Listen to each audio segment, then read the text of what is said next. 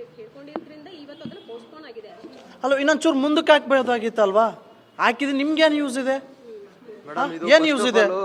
ಈಗ ಎಲ್ಲ ಮೂವಿಕಿನ್ನ ಇದು ಕನ್ನಡಕ್ಕೋಸ್ಕರ ತೆಗೆದಿರೋ ಮೂವಿ ಫಸ್ಟ್ ಪಾಯಿಂಟ್.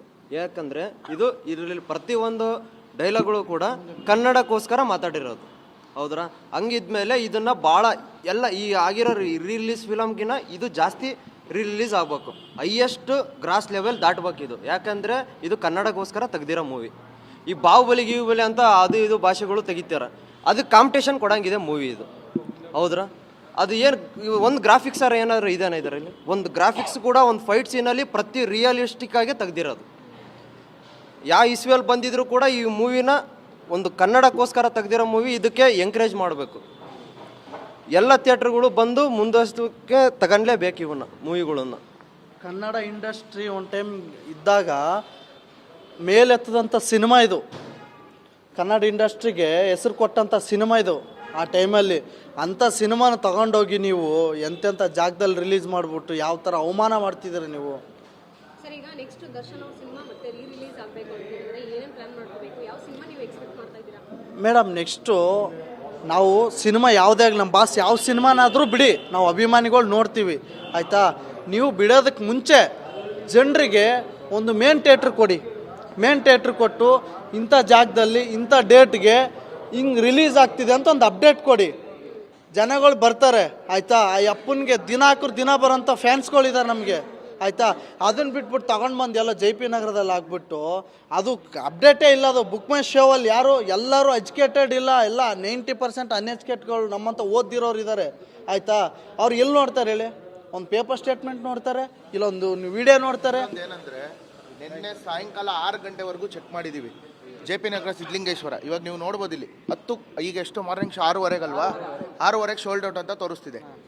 ಈಗ ಇದು ಬುಕ್ ಮೈ ಶೋ ತಾನೇ ಓಪನ್ ಮಾಡಿದ್ದೀನಿ ನಾನು. 10:15 ಶೋಗೆ ನೋಡಿ, ಈಗ ನಿಮ್ಮ ಎದುರಿಗೆ ತೋರಿಸ್ತೀನಿ, ಒಂದೇ ಒಂದು ಟಿಕೆಟ್ ಖಾಲಿ ಇದೆ.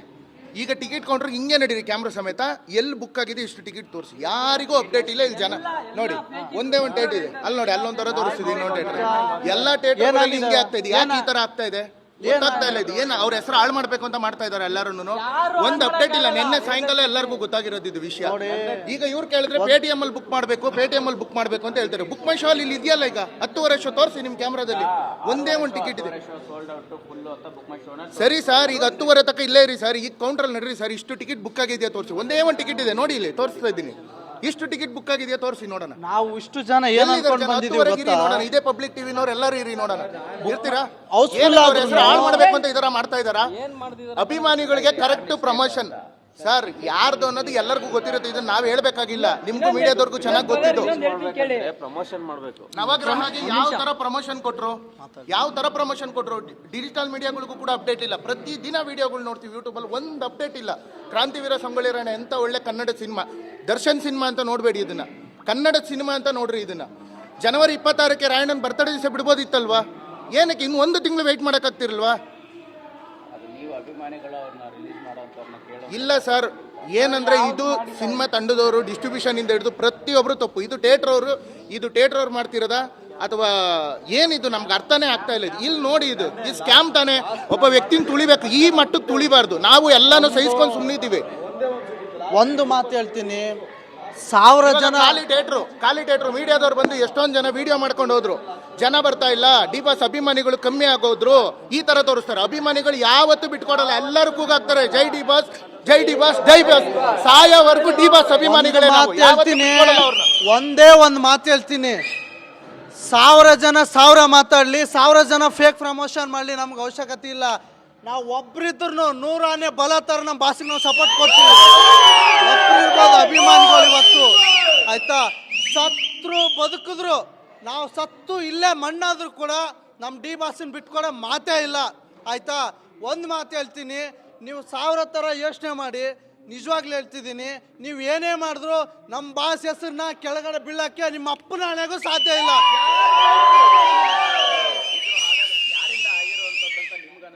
ನಾನು ನೋಡಿ ಸರ್, ಅದು ಯಾರಿಂದ ಅಂತ ನಿಮ್ಗೆ ಗೊತ್ತಿದೆ. ಹೌದು, ಕೇವಲ 50 ರಿಂದ 60 ಬೆರಳಣಿಕೆ ಜನರು ಇದ್ದೀರಿ ಅನ್ನೋಂಥದ್ದು ಹೇಗೆ ಅಂತ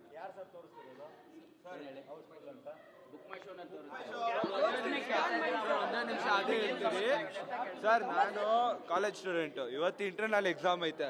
ಬಾಸ್ ಮೂವಿ ನೋಡ್ಬೇಕು ಅಂತ ನಮ್ಮನೆ ಹೊಸಕೋಟೆಯಿಂದ JP ನಗರ್ಗೆ ಬಂದಿದ್ದೀನಿ. ನಮ್ಮ ಹುಡುಗರೆಲ್ಲರೂ ಬರ್ಬೇಕು ಅನ್ಕೊಂಡ್ರು, ಟಿಕೆಟ್ ಇಲ್ಲ. ಇವಾಗ ಇದು ಬಂದು ನೋಡಿದ್ರೆ ಎಷ್ಟು ಬೇಜಾರಾಗಲ್ಲ ಸರ್. ಬುಕ್ ಮೈ ಶೋ ಬೆಳಿಗ್ಗೆ 6:30 ತನಕ ಒಂದು ಟಿಕೆಟ್ ಬಿಟ್ಟಿಲ್ಲ, 6:30 ಬಿಟ್ಟಿದೆ, ಬರೀ 10 ಟಿಕೆಟ್ ಐತೆ. ಮಿಗ್ದವರೆಲ್ಲ ಏನಾಯ್ತು, ಏನಕ್ಕೆ ಬ್ಲಾಕ್ ಮಾಡಬೇಕು? ಯಾಕೆ ಬೇರೆ ಯಾರು ಮೂವಿ ಬಂದು ನೋಡೋದೇ ಅಲ್ವಾ ಸರ್? 300 ರೂಪಾಯಿ ಅಲ್ಲ ಸರ್, 500 ರೂಪಾಯಿ ಇಕ್ಕಿದ್ರು ರಿಲೀಸ್ ಅಂದ್ರೆ ಹೇಳಿದ್ರೆ ದರ್ಶನ್ ಮೂವಿ ಪ್ರತಿಯೊಬ್ರು ಬಂದೇ ಬರ್ತಾರೆ. ಸರ್ 4:15 500 ರೂಪಾಯಿ ಕೊಟ್ಟು ಟಿಕೆಟ್ ನೋಡಿದೀವಿ. ಫಸ್ಟ್ 4:15 ಟೈಮ್ ಈ ತರ ಬಂದಿದ್ದು. ಒಂದು ಸಿನಿಮಾನ ನೋಡ್ತಾರ ನಮಗೆ ತುಂಬಾ ಬೇಜಾರಾಗ್ತದೆ. ಡಿ ಬಾಸ್ದು ಒಂದೇ ಒಂದು ತಿಳ್ಕೊಳ್ಳಿ, ಎಷ್ಟು ಕುತಂತ್ರ ಮಾಡಿದ್ರು, ಎಷ್ಟೇ ಇದು ಮಾಡಿದ್ರು, ಸಾಯವರೆಗೂ ಅಭಿಮಾನಿಗಳು ತುಂಬಾ ಹೆಮ್ಮೆಯಿಂದ ಹೇಳ್ತೀವಿ ಜೈ ಡಿ ಬಾಸ್ ಅಂತ ನಾವು ಯಾವಾಗೂ ಹೇಳ್ಕೊಂತೀವಿ. ಈ ಸಿನಿಮಾ ಸೋಲಕ್ ಬಿಡಲ್ಲ. ಪ್ರತಿಯೊಂದು ಡಿಸ್ಟ್ರಿಬ್ಯೂಟರ್ಗಳು ಸಿನಿಮಾ ಬಿಡ್ಬೇಕಾದ್ರೆ ನೋಡ್ಕೊಂಬಿಡಿ, ಅಭಿಮಾನಿಗಳಿಗೆ ಒಂದು ಮಾಹಿತಿ ಕೊಡಿ ಕರೆಕ್ಟಾಗಿ.